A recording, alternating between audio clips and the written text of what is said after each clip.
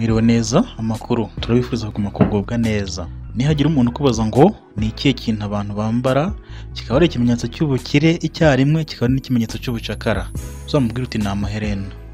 Amaherena nicyo kintu tugiye kuvugaho uyu munsi. Earrings. Amaherena akomoka he? Ni bande bayambaye bwa mbere? Kwambara amaherena bisobanura iki? Ese igisobanura amaherena afite kera n'uyu munsi nicyo afite? Ese wari uzi ko kera amaherena abagabo bayambaraga? Amaherena yatangiye kwambarwa mu myaka 2000 ishize. Abantu ba mbere batangiye kwambara amaherena n'abo muri Aziya. Mu Misiri amaherena yari ikimenyetso cy'ubukire n'ikimenyetso cy'ubwamamare ari nabwo buhangange. Naho muri Roma ya kera amaherena yambarwaga n'abacakara. Mu Bagereki amaherena yambarwaga n'indaya. Amaherena n'amasaro kandi byari ikimenyetso cy'ubukire mu Baroma no mu Bagereki. Abakire babaga i Roma no mu Bugereki muri iki gihe bashobora kwambara amaherena ariko bo bagashyiraho n'udusaro, amabuye ahenze cyangwa n'ibindi bihenze kugira ngo berekane ko ari abantu bakomeye. Mu kinyejana cya 10 nibwo abagabo b'i Burayi batangiye kwambara amaherena. Icyo gihe amaherena akaba ari ikimenyetso cy'ubwamamare n'ikimenyetso cy'ubukire. Bigeze mu kinyejana cya 13 Kiliziya Gatolika yabujije abayoboke bayo kwambara amaherena, ishingiye ku nyigisho ivuga ko abantu badakwiriye guhindura imibiri yabo kuko Imana yabaremye mu ishusho yayo. Muri icyo gihe basigaye bambara amaherena ni abajura, abashimusi, indaya n'abandi baciriritse mu muryango mugari ari wo sosiyete.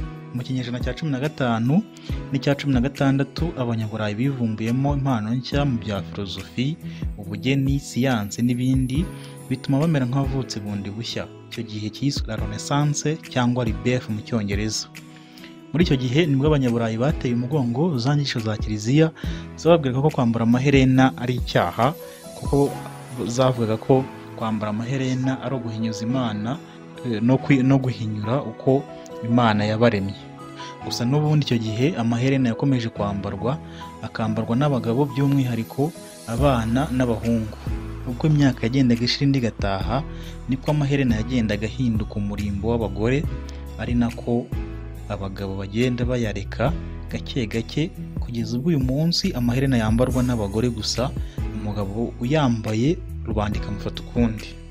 Mu gihe abagabo bambaraga amaherena bikaba ari ikimenyetso cy'ubuhangange, ubwamamare, ubucakara n'ibindi, ku bagore ho ahanini siko bimeze, ahubwo amaherena yahindutse akaranga bwiza.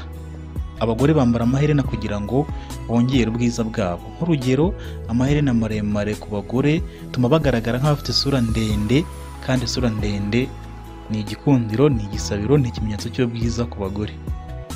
Bibiliya mu gitabo cya Mose cyitwa Kuva, umutwe wa 21 umurongo wa 2 kugeza ku 6 haragira hati: ariko uwo mugurano ni yerura ati, nkunze databuja n'umugore wanjye n'abana banjye, sinshaka kugenda ngo mbe uwo mudendezo. Shebuja mujyana imbere y'Imana, amuhagarike ku rugi cyangwa ku nkomanirizo, shebuja amupfumuze ugutwi uruhindu, agume kumukorera iteka. Iki gitabo cya Bibiliya n'iyi mirongo dusomye igaragaza ko amaherena abayambaraga ari abagaragu cyangwa se abo twakwita abacakara. Aba babaga ari imbata zanze kuva ku butaka bwa ba shebuja ku mpamvu zitandukanye. Hari ukuba yarakunze shebuja cyane akumva atamuva iruhande, byarashobokaga kandi kuba nta muryango afite yumva yasanga, cyangwa se kuba yasiga umuryango yarahungukiye byinshi. Hari ukubona nta mbaraga zihagije asigaranye, agahitamo kwibera imbata iteka kwa shebuja. Aba nabo shebuja hari ubwo yahitagamo ko batobora amatwi nk'ikimenyetso cy'uko uwo muntu abaye imbata ye cyangwa abaye umucakara we byiteka. Ese amaherena yakomotse hehe, yaje ati? Aha none niho tugiye kwinjira ku mateka nyirizina y'inkomoko y'amaherena. Ubushakashatsi bugaragaza ko amaherena yatangiye kwambarwa mu myaka 2000 ishize. Amaherena bayakora mu bintu bitandukanye birimo parasitike, ibiti, ibitambaro, imyenda, amahembe, amagufa n'ibindi. Amaherena kenshi bayambara ku matwi, hari amaherena yo ku birenge, hari amaherena yo mu rukenyerero, sinzi nibwo nabi twakwita amaherena, twabyita amaherena, ariko icyo bihuriyeho nuko ari imirimbo yambarwa ku bice by'umubiri, ahanini kuri ubu abayambara bakaba bagamije kugaragaza ubwiza bwabo. Aha twibazaga ngo amaherena yageze mu Rwanda ati? Ibi ni ubushakashatsi bwimbitse bwabigaragaza, ariko iyo turebye hambere dusanga bitari umuco w'Abanyarwanda. Kwambara amaherena byazanywe n'abazungu mu mwaduko wabo ubwo bazaga muri Afurika baje gushaka teritwari bakoloniza. Uko bagiye baza bisukiranya bazanye imico itandukanye, bituma Abanyarwanda babona abayambaye ariyo maherena nyine ntacyo batwaye, bahitamo kuyambara nabo. Bamwe mu bihaye Imana bagaragaza ko kwambara amaherena ntacyo bitwaye, bamwe mu bagore babo bakaza bayambaye. Uwo muco wo kwambara amaherena ukagenda winjira mu bagore b'Abanyarwandakazi, kuko n'ubundi abazungu baje gukoloniza muri Afurika mu gihe amaherena yari agezweho yambarwa n'abagore, abagabo batakiyambara cyane. N'uyu munsi ubonye umugabo wambaye amaherena aba afite ubutumwa ashaka gutanga cyangwa ashaka kugaragaza ko ari umusitari, ariko ubwo nyine sosiyete nayo ifite ukundi kuntu imufata. Mu Misiri Abayisiraheli bari mu bubata bambaraga amaherena. Ibi bigaragaza ko umuco wo kwambika abacakara amaherena ari umuco wa kera. Mu gitabo cya Bibiliya cyitwa Inkomoko kigaragara muri Bibiliya ntagatifu, umutwe wa 32 umurongo wa 2 kugera ku wa 4 hari inkuru ya Aroni na Mose. Muri iki gitabo avuga ko hari ubwo Mose yazamutse ku musozi Sinayi asiga Abayisiraheli bari kumwe na Aroni.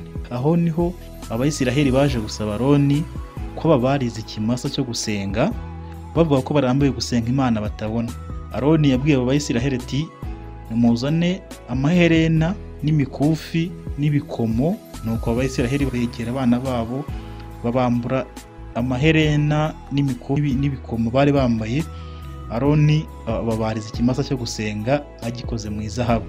Ibi bigaragaza ko mu gihe cya kera amaherena yambarwaga n'abana, kandi bikagaragaza ko n'ubundi kwambara amaherena byari umuco. Nanone hari indi nkuru yo muri Bibiliya iboneka mu gitabo cyo Kuva umutwe wa 35 umurongo wa 21 n'uwa 22. Hano hari inkuru igaragaza ko Abayisiraheli ubwabo biyambuye imikufi babikuye ku mutima, biyambura amaherena yo ku mazuru, ayo ku matwi, biyambura n'inigi, byose bikozwe mu izahabu, babijyana mu ihema ry'ibonaniro. Ibi nabyo bigaragaza ko kera abantu bari bafite umuco wo kwambara amaherena. Amaherena muri icyo gihe yari ikimenyetso cy'umutungo w'umuntu. Ni ukuvuga ngo umucakara yabaga ari umutungo wa shebuja. Ese abambara amaherena muri iyi minsi bivuze ko ari imbata cyangwa ari abacakara b'umuntu runaka? Niba abakurambere barambaraga amaherena ngo bagaragaze ko ari umutungo wa ba shebuja, abo bayambara bashaka kwerekana iki? Kuri iyi ngingo buri wese yavuga uko abyumva cyangwa akumva ko atabyitayeho bitamureba. Ntaho dusanga muri Bibiliya batubwira ko kwambara amaherena ari icyaha. Mu isi hari abantu bizera ko kwambara amaherena ari icyaha nk'uko tumaze kubivuga hejuru, bakabihuza no kuba kera amaherena yarambarwaga n'abacakara. Ubwo bakavuga ko umuntu wambaye amaherena aba ari umucakara wa Satani mu buryo atazi.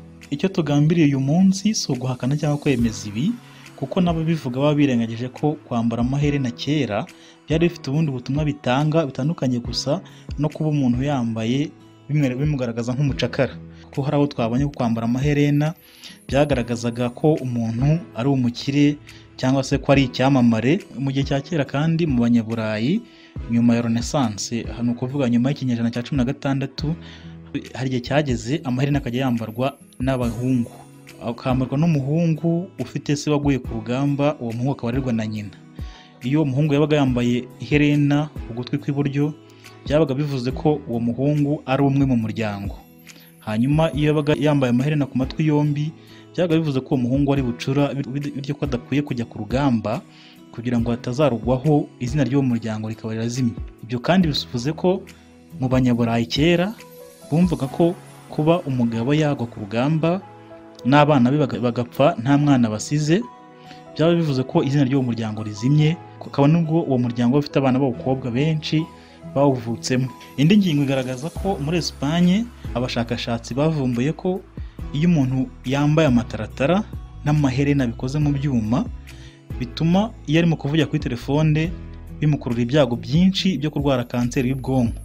Ibyo bikaba cyane ku muntu uri gukoresha telefone ngendanwa izi ziganje cyane muri iyi minsi. Mu byo abashakashatsi bavuga umuntu agomba kwitondera mu gihe yipfumura agiye kwishyiraho amaherena, agomba kubanza akisuzuma akamenya niba mu musanzwe atagira allergie kuri ukuntu umuntu arya ibintu bikamugira ingaruka ku mubiri, ariko bikaba ari ingaruka zoroheje. Undi muntu ugirwa inama yo kwirinda kwipfumura ngo yishyireho amaherena ni umuntu urwaye diyabeti, kuko n'ubusanzwe umubiri we ufite imbaraga nkeya mu gukora ingingo zisimbura izapfuye, bityo ubushakashatsi bukagaragaza ko igisebe yaterwa n'uko yipfumuye ngo yishyireho iherena, icyo gisebe gishobora gutinda gukira. Undi muntu ukwiye kwirinda kwitobora ngo yishyireho amaherena ni umuntu usanzwe n'ubundi uzi ko inkovu zimugezeho zitenda gusibangana. Bene uyu nguyu iyo atoboye ngo yishyireho amaherena, hari ubwo birangira yabyimbye ku matwi, hakaza ibintu bimeze nk'ibibyimba bikamwangiriza ubwiza yari yisanganiwe, yari azi ko agiye kuba mwiza kurushaho, ahubwo bikarangira abaye mubi kurushaho. Turagushimiye wowe banye natwe muri kino kiganiro. Niba utarakora subscribe kuri Rwanda Star TV, wayikora kugira ngo utaha ujye ubona mu ba mbere inkuru tuzabagezaho mu minsi iri imbere. Wakoze kudukurikira, ugire umugoroba mwiza n'ibihe byiza. Imana ikurinde kandi guhaza ibyiza byose wifuza.